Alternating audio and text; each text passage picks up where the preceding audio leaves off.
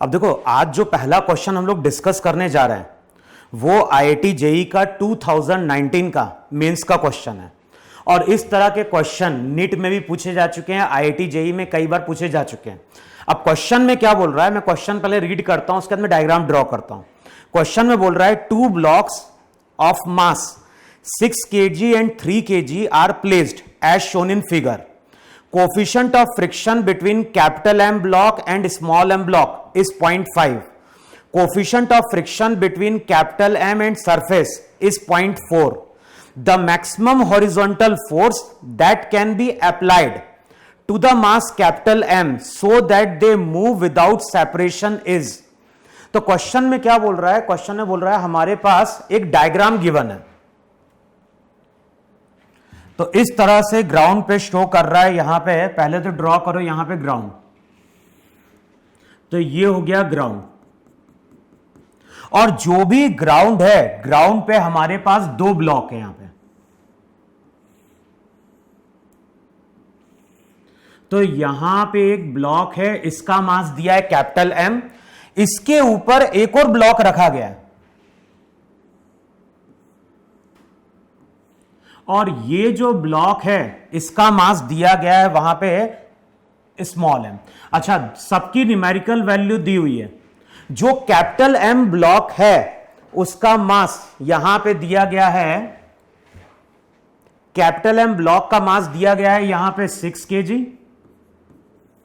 जो small M block है उसका मास यहां पे दिया गया है कितना, 3 kg। अच्छा, इन दोनों के बीच का सरफेस रफ है, यहां पे म्यू की वैल्यू दी है। इन दोनों के बीच का सरफेस रफ है, यहां पे भी म्यू की वैल्यू दी हुई है। अच्छा, दोनों जगह म्यू की वैल्यू डिफरेंट है। Coefficient of friction between capital M and small M, इन दोनों के बीच का जो कोफिशिएंट ऑफ फ्रिक्शन है वो 0.5 है। और कैपिटल एम और ग्राउंड, इनके बीच का कोफिशिएंट ऑफ फ्रिक्शन दिया हुआ है वहां पे कितना, 0.4। जो भी फोर्स है, फोर्स हम अप्लाई कर रहे हैं नीचे वाले ब्लॉक पे।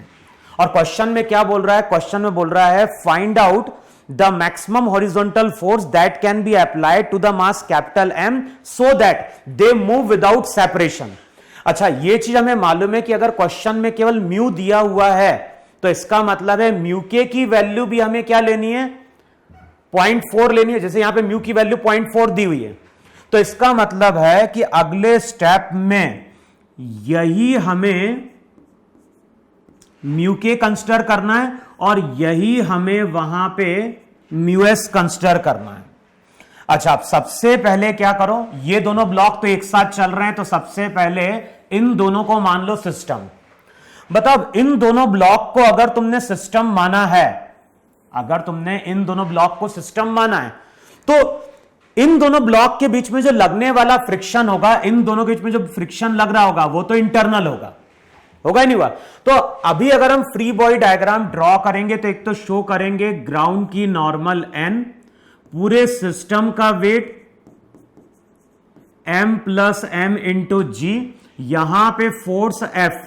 और ध्यान रखना, कैपिटल M ब्लॉक स्लाइड कर रहा है तो यहां पे जो फ्रिक्शन आएगा वो काइनेटिक आएगा कि नहीं आएगा वहां पे। अच्छा, ये दोनों ब्लॉक एक साथ चल रहे हैं तो मान लो इनका एक्सेलरेशन कितना है, a पूरे सिस्टम का। अब बताओ इक्वेशन क्या लिखी जाएगी, इक्वेशन लिखी जाएगी F माइनस एफ के इक्वल्स टू, चेक करो, m प्लस एम इंटू ए होगा कि नहीं होगा वहां पे।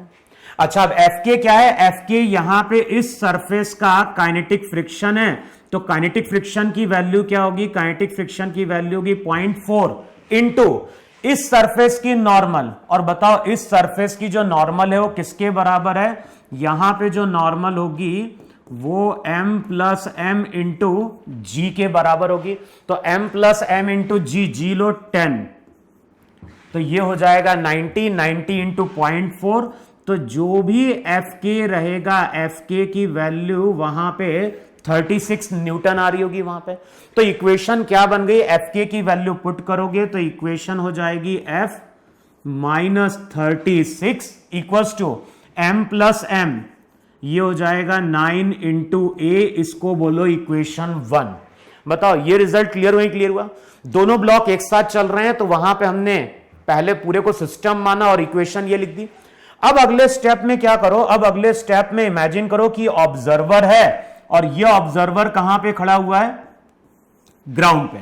और ग्राउंड वाला ऑब्जर्वर अब किसकी स्टडी कर रहा है? ग्राउंड वाला ऑब्जर्वर अब स्टडी करने जा रहा है ऊपर वाले ब्लॉक की। अब बताओ ऊपर वाले ब्लॉक का अगर हम फ्री बॉडी डायग्राम ड्रॉ करेंगे तो यहां पे क्या शो करोगे? यहां पे एक तो शो करोगे एन डैश, दूसरा क्या शो करोगे? दूसरा शो करोगे यहां पे m इंटू जी। अच्छा, अब ये ब्लॉक कहां जा रहा है? तो ये ब्लॉक आगे की ओर एक्सेलरेट कर रहा है कि नहीं कर रहा है? और हमें मालूम है कि ग्राउंड के रेस्पेक्ट में अगर कोई बॉडी आगे की ओर एक्सेलरेट कर रही है तो उस डायरेक्शन में नेट एक्सटर्नल फोर्स होना चाहिए। और वो फोर्स यहां पे कौन सा होगा? वो फोर्स यहां पे फ्रिक्शन होगा, और फ्रिक्शन यहां पे स्टैटिक होगा क्योंकि स्मॉल m और कैपिटल M के बीच में कोई स्लाइडिंग नहीं हो रही है। तो ग्राउंड के रेस्पेक्ट में जब फ्री बॉडी डायग्राम ड्रॉ करोगे तो एन डैश किसके बराबर? m इंटू जी के बराबर। और ऊपर वाले ब्लॉक की इक्वेशन लिखोगे F S equals to m into a. बताओ यही इक्वेशन है कि नहीं है वहां पे? अब फ्रिक्शन फोर्स स्टैटिक है तो ये यहां पे होगा less than equals to F L. अब सबकी वैल्यू पुट करो, m कितना हो गया? 3 into A less than equals to 3 into A less than equals to F L का मतलब होता है म्यू इंटू एन, तो ये हो जाएगा 0.5। और यहां पे हम नॉर्मल लेनी है और यहां पे नॉर्मल क्या होगी? यहां पे नॉर्मल होगी 3 इंटू जी, 3 से 3 कैंसिल आउट होगा और एक्सेलरेशन की रेंज निकल के आएगी a should be less than equals to 5 metre per second square. इसका मतलब ये हुआ कि यहां पे जो मैक्सिमम एक्सेलरेशन पॉसिबल है, यहां पे जो मैक्सिमम एक्सेलरेशन पॉसिबल है सिस्टम का, वो कितना पॉसिबल है? वो पॉसिबल है 5 मीटर पर सेकेंड स्क्वायर। अब ए अगर मैक्सिमम होगा तो इसका मतलब है कि वहां पे एफ भी मैक्सिमम रहा होगा, तो जो फोर्स की मैक्सिमम वैल्यू निकल के आएगी वो क्या आएगी? 36 उधर लेके जाओ प्लस 9a, तो 9 इंटू 5, तो ये हो जाएगा 36 प्लस 45। इसको अगर सॉल्व करोगे तो जो आंसर निकल के आएगा वो निकल के आएगा 81 न्यूटन। तो क्वेश्चन में यही पूछा गया था कि मैक्सिमम कितना फोर्स हम अप्लाई कर सकते हैं, तो जो मैक्सिमम फोर्स हम अप्लाई कर सकते हैं उसकी वैल्यू यहां पे 81 न्यूटन है। और ये चीज ध्यान रखना है, फ्रिक्शन जब भी हम लोग पढ़ते हैं तो वहां पे हमेशा हम 2 ब्लॉक्स प्रॉब्लम डिस्कस करते हैं, और ये जो 2 ब्लॉक्स प्रॉब्लम है ये कई बार आईआईटी जेईई में पूछा जा चुका है। तो अभी तुम्हें जेईई मेंस का एग्जाम देना है तो सबसे पहले तुम्हें करना क्या है? इस तरह के जो भी क्वेश्चन तुम्हें बुक्स या मॉड्यूल में मिलते हैं तो उनकी प्रैक्टिस करने की तुम लोग कोशिश करो वहां पे, ठीक है? तो नोट डाउन करो इसको।